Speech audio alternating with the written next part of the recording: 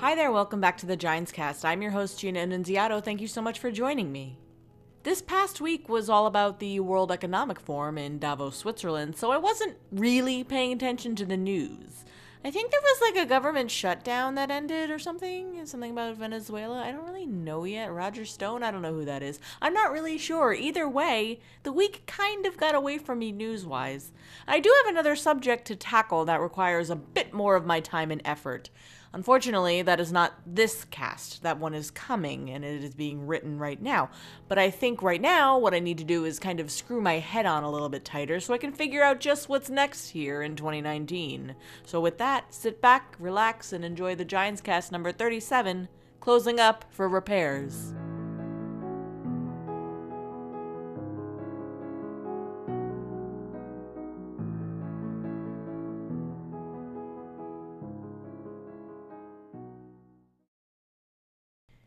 It's the information age right now. Everyone around you, think about it, everyone around you has a phone for the most part. People have a veritable gateway to the entire world that's available just by shoving your hand in your pocket. We have the potential to learn so much about literally everything that's going on in the world. And I think we're mostly wasting it on nonsense that has nothing to do with anything.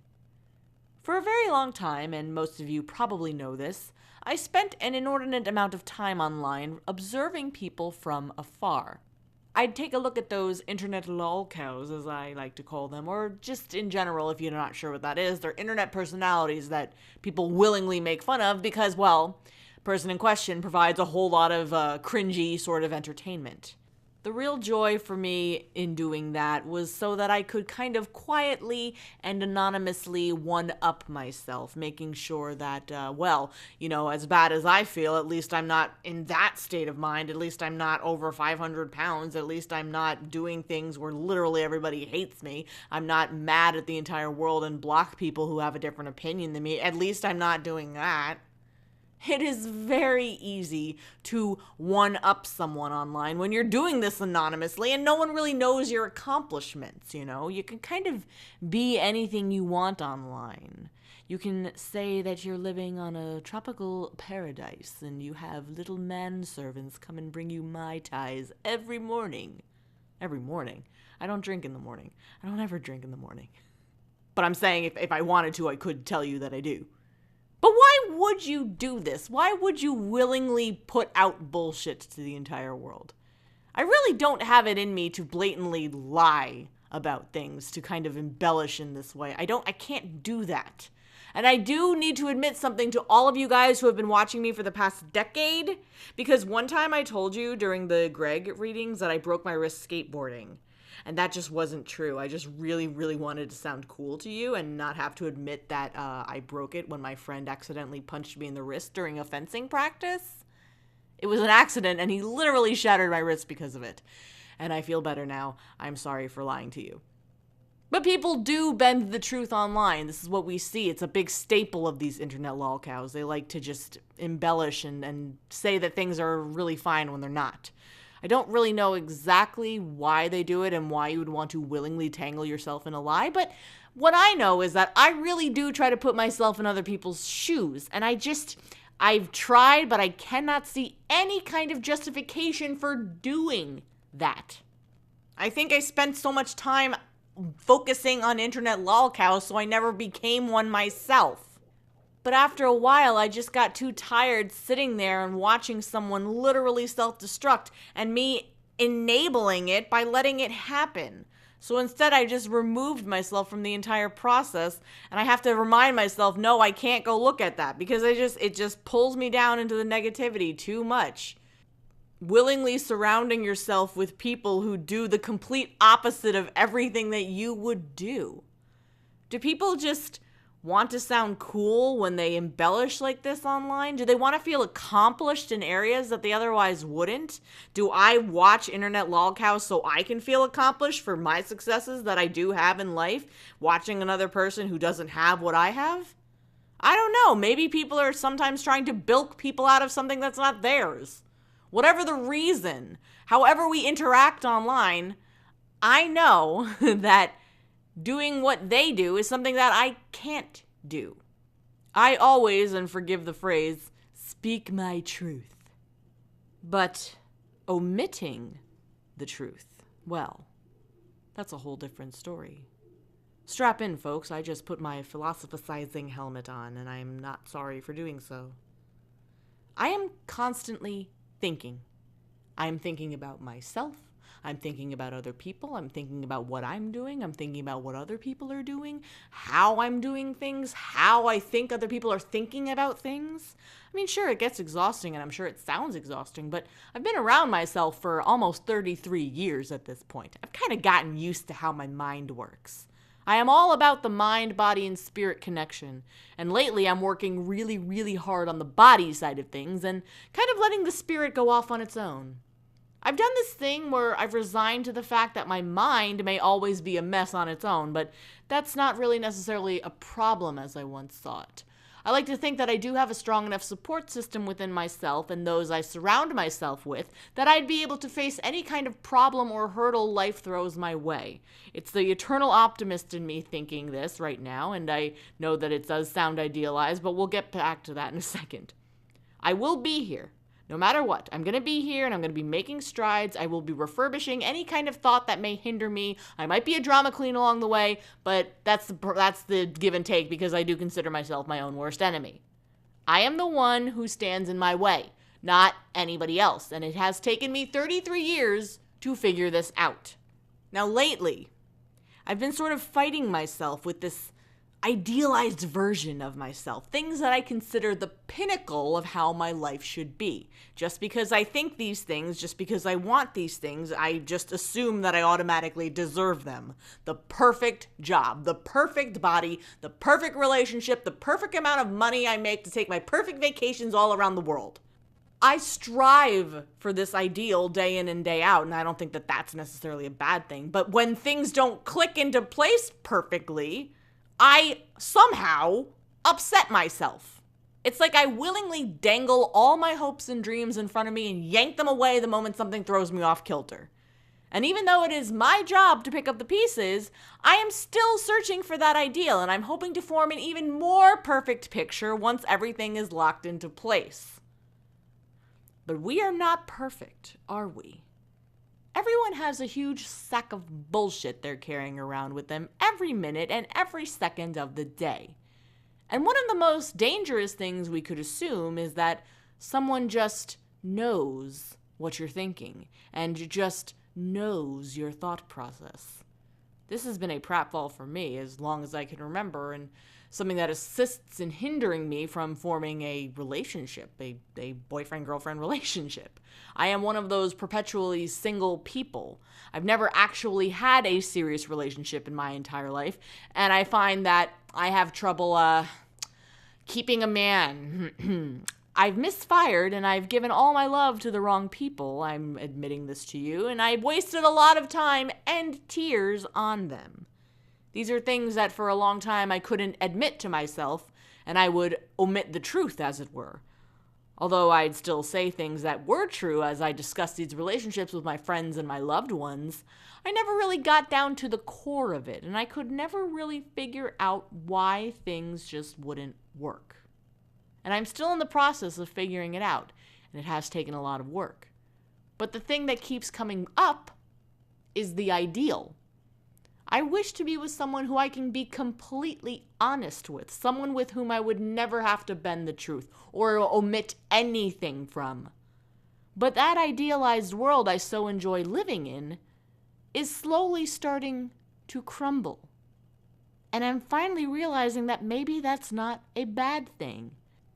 By doing this, by breaking down this facade of everything is perfect, the walls come crumbling down, and it's revealing a better and more manageable facade in the foyer and the pretty columns underneath that were being blocked by all those walls. So it's really not a bad thing. It's okay that I maybe will be in a relationship that I can't tell literally everything that's on my mind to. I'm going to bore the shit out of that guy. But in the moment, when I first had these thoughts about myself and how I think, then it was a bad thing. It was seriously a bad thing, and I was upset, and I was sitting in it. I was one of those things where you think you're never going to get any better as you're just mired in how you feel. and you're like cagey and just, it's bad. The worst of the worst is facing you right in the face. But as it is wont to do, it will subside. Time does heal, but only if you're putting in the work to patch that wound.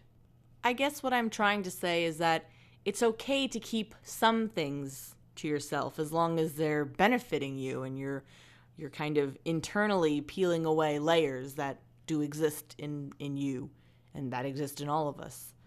There are things that I felt like I should tell others around me. Things that were like so earth-shattering to me that I just had to get them out in the open.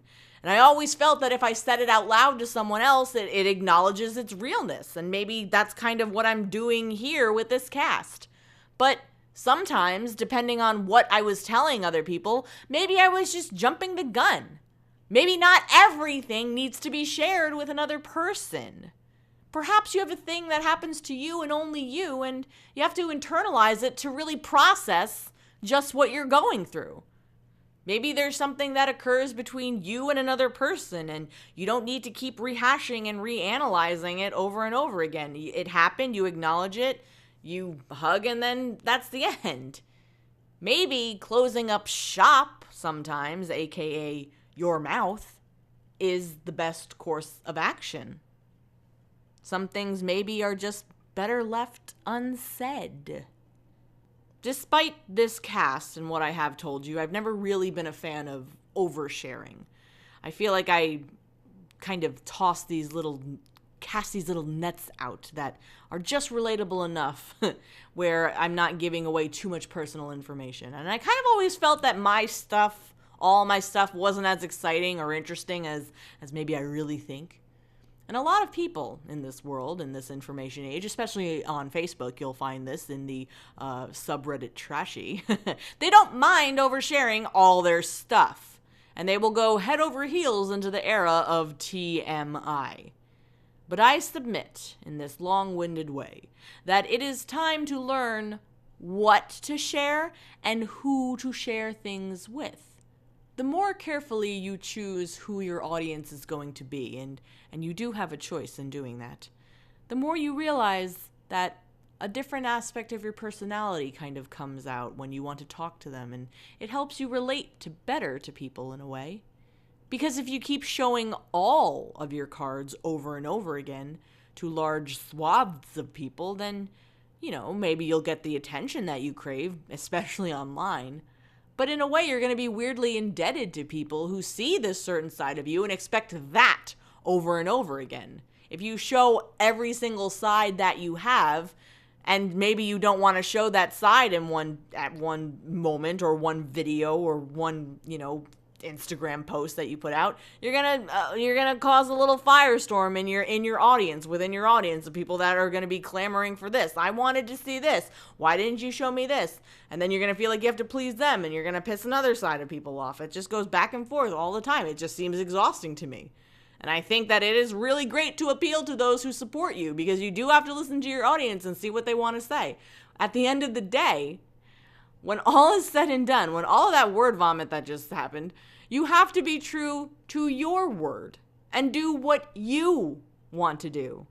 Just as long as what you want to do doesn't include, throwing a bunch of furniture into an empty pool and lighting it on fire, I think you'll be fine. I will always advocate checking in with yourself, knowing when it's time to stop looking for external factors to make you feel good, and closing up shop and repairing things for yourself. That's one thing I've been trying to instill in my audience for this entire time I've been online.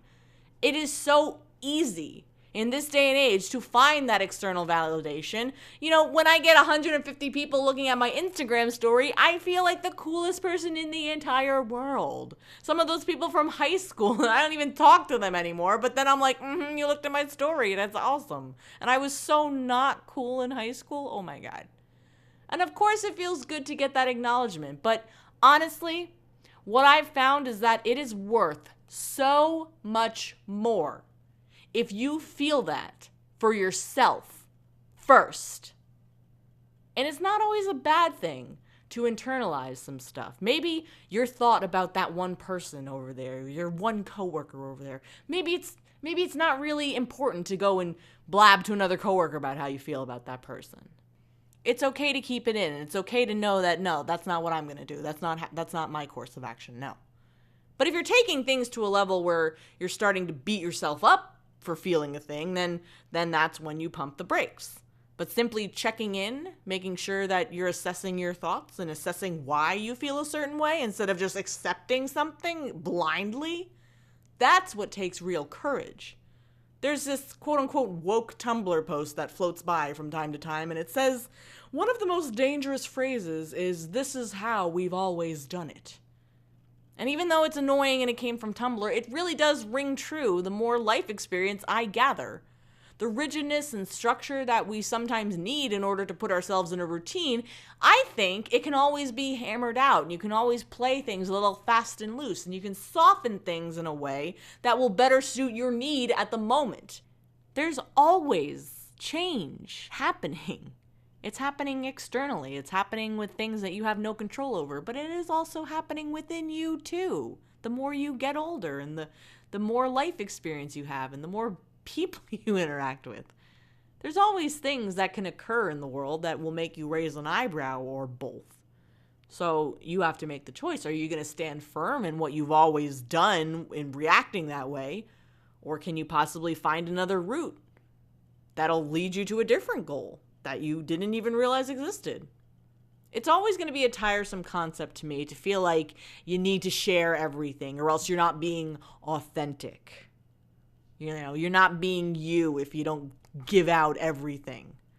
You're not being that bad bitch that people have come to know you as. That doesn't take shit from nobody. Well, you know what? Here's a newsflash. You're not a one-trick wonder. You're not defined by anybody else's definition. It is not up to someone else to tell you when you should fix something. The repairs take time, and they start when you decide to create the blueprint and list out the supplies you'll need. And I don't know what exactly that is for you, but I know that for me, it was sharing my feelings in this cast with you. So find out those moments where you want to share and figure out when it's needed to share. Because maybe one day, you'll find that what you have been building this whole time is the one place, the one building, the one sanctuary for you that you can finally call home. Thank you so much for listening to this episode of the Ginescast.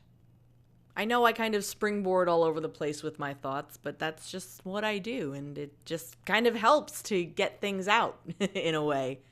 The trick is about giving enough away where the relatability sets in instead of just blatantly, here is a story that nobody needed and now you must feel bad for me because of what I went through.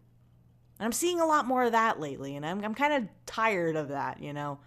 We're kind of hovering over that handbrake, and we're ready to kind of yank it forward and put an end to all the nonsense in a little bit. I can feel it, and we're getting there, but we're kind of getting all the dumb out of the way in 2019, and maybe that's a little bit more what this cast was about too, just getting the dumb and the silly out of the way, and the disjointed, why not?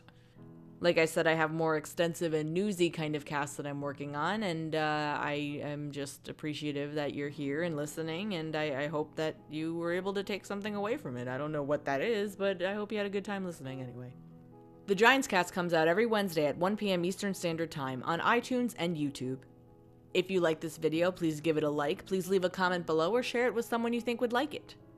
If you want more from me, you can follow me on Twitter and Instagram at HelloGines, or shoot me an email at gina.annunziato@gmail.com. Thank you so much for listening to this episode of the Ginescast. I'm your host, Gina Annunziato, and I'll see you next time. Take care.